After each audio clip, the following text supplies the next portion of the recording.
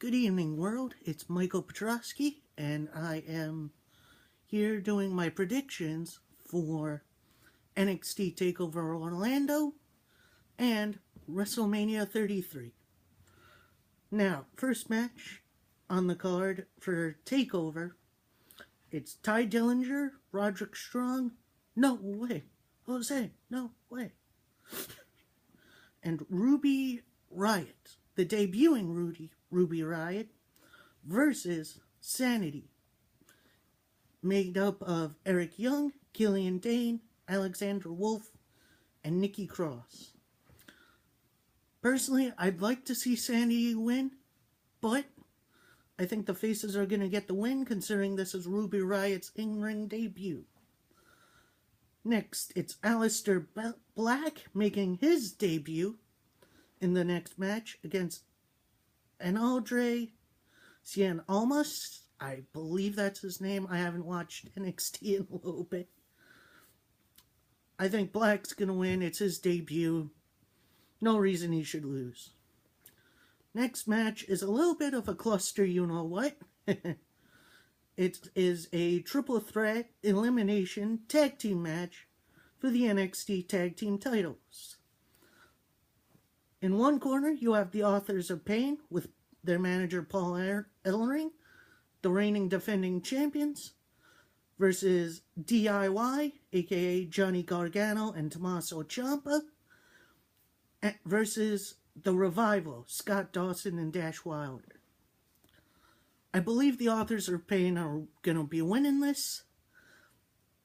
I don't think they're losing to either of these teams. I think Gargano and Ciampa are still going to be down on NXT to challenge them in the future. And the Revival are going up to Maine to challenge for the SmackDown tag team titles. And hopefully eventually feud with American Alpha, their old adversaries.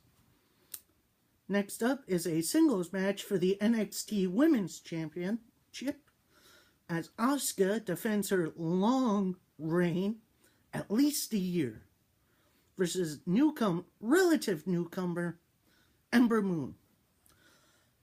Now, I'm a little split on this. I do like Asuka. How can you not love Asuka? She's great. Ember Moon, she's got a wicked finisher. It's essentially a top rope stunner. It's the coolest freaking thing in the world. I think at this point, Asuka's going to lose to Ember Moon. And then either at the next TakeOver or on some random episode of NXT, Asuka's going to get her rematch. And then she's going up to Maine. I think Asuka deserves it. She's not going to be undefeated forever. And I think Ember Moon is just the woman to take her down. Now, this last match, the main event of NXT TakeOver Orlando, you have the champion, the glorious Bobby Roode, my boy, defending champion, versus one of my other boys, the King of Strong Style, Shinsuke Nakamura. This is a tough one for me to choose. I like both guys, but I think Roode's going to win. And then Nakamura's going to go to Maine, whether that's SmackDown or Raw. I'd love for him to go to SmackDown, and for Styles to stay there, and for them to feud. That'd be freaking great. That'd be an awesome match that WWE have never seen. They have fought in New Japan, but I think that'd be perfect. Now,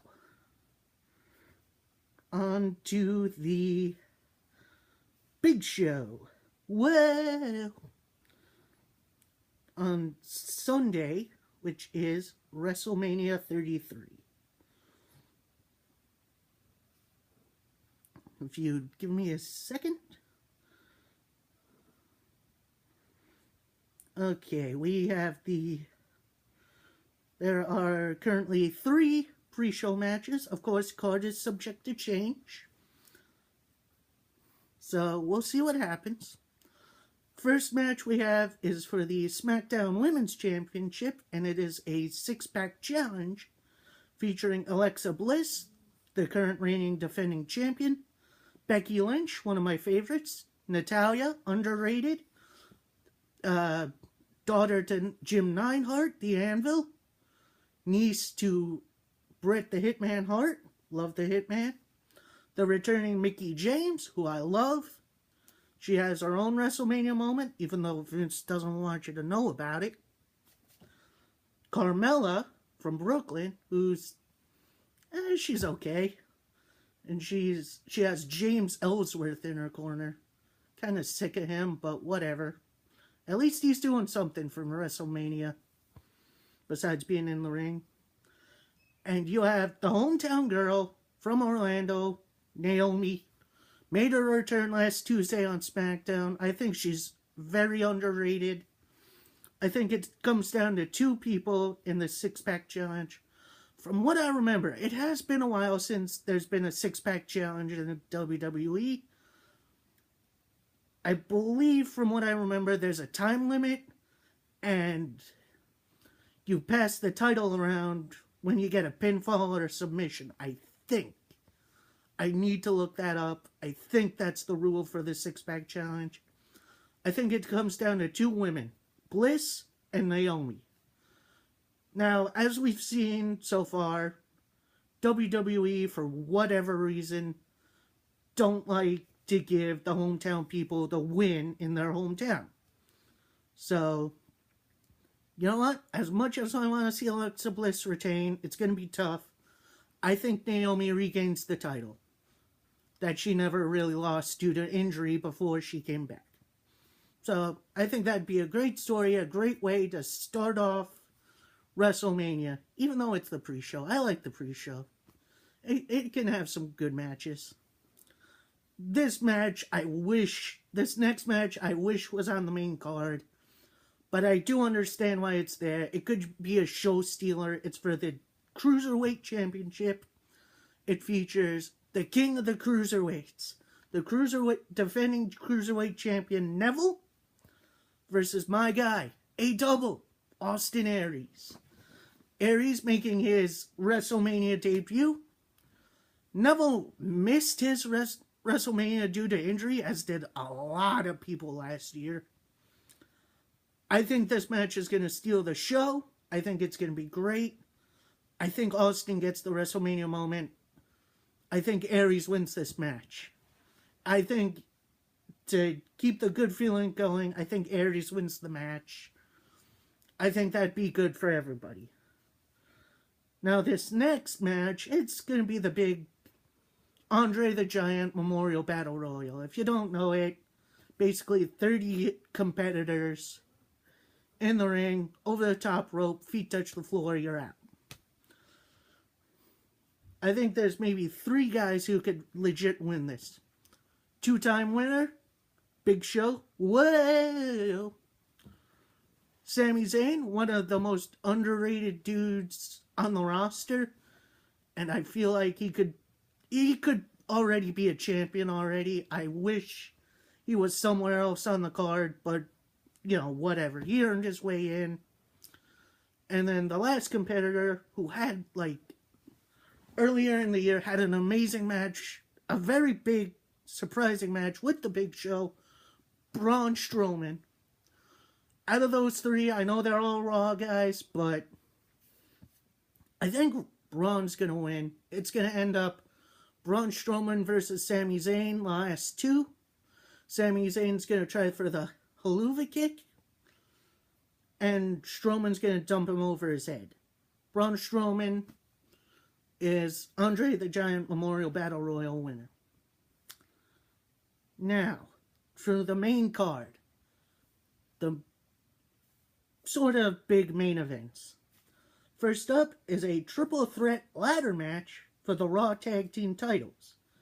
This has been built up pretty good, I feel. Every team is going to have a moment in this match. Here's how I see that. Oh, I forgot the participants, damn it. Participants, Luke Gallows and Carl Anderson, the defending champions. Enzo Amore and Big Cass, How you doing? And a really underrated tag team, kind of brought together by former GM, Raw GM Mick Foley, Cesaro, and Sheamus. Winning this match, I think we're going to have new champions. I think Enzo and Cass are finally going to get a tag team title run. How long is it going to be? I don't know. I think they deserve it. They came from NXT. They were very popular. They're on main roster. They're going to get a big pop when they make their entrance at Wrestlemania. They're going to get a big pop. Big pop. Why did I do that? A big pop when they win. Oh, and a big spot that I kind of hope is going to happen. We're going to see Big Cass, big 7-foot tall guy, standing on the ladder. Maybe not at the top, but at least on it. We're going to see Enzo get up on his back and jump from Enzo's back onto either Sheamus or Cesaro or Gallows or Anderson. I think that would be a great spot, and then end it. Enzo and Big Cass finally win a big one on the biggest stage of them all. Next up, a very interesting match. I wish it had stipulations. It's for the Intercontinental title. It's Dean Ambrose, the Lunatic Fringe, defending champion, against Baron Corbin. I do like both guys. I wish there was some extreme stipulation for this, but it doesn't seem to be for right now. If something changes, I'll let you know. For right now, I think it's going to be Baron Corbin's time. I think Corbin, maybe not elevate the title, but the title elevates him, because he's kind of, a little low on the totem pole, but his feud with Ambrose has been alright, and it's involved forklifts for whatever reason. Maybe they should have done a Judy Bagwell on a pole match. Go look that up. It's funny. For you wrestling watching fans. Next up is a very intriguing match. I never thought I'd care about this, but here we go. We got the man, John Cena, his girlfriend, Nikki Bella, mixed tag team match versus The Miz and Maurice. It's been a good build-up. There's been some things I really don't like the whole Total Bella BS they've been showing on SmackDown the last couple of nights. That was weird and kind of insulting. But then John Cena has been cutting great promos off of this. Something in him is okay, maybe I shouldn't be down here. We have heard him say if he would choose his opponent, he'd go against The Undertaker. I would love that, by the way. We haven't seen it in a while. I'd love Undertaker and Cena go one-on-one. That'd be great. But now we got this. It's interesting enough. Here's what I think. I think Miz and...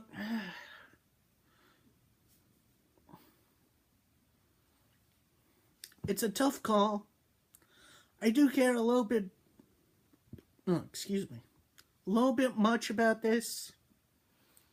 I think Cena and Bella get the win. I know Miz and Maurice may need the win a little bit more, considering they've kind of been a little taken down a little bit, but I think Cena and Nikki Bella get the win here. And then after the match, after the win, we see John Cena go ringside, pick up a little box, get down on one knee in the ring in front of Nikki Bella, propose to her. We're going to get a big old yes, yes, yes chant, concerning Nikki Bella is sisters with Brie Bella, who's married to Daniel Bryan. So that's going to get a nice little pop. Nikki Bella will say yes. We're going to get our... I think this is our second marriage proposal on WrestleMania. I believe Macho Man did it with Miss Elizabeth. Rest in peace, you two. I love you too. Ooh, yeah. Dig it. And, I think that's going to go down good. It's going to give everyone good feelings. Even the John Hate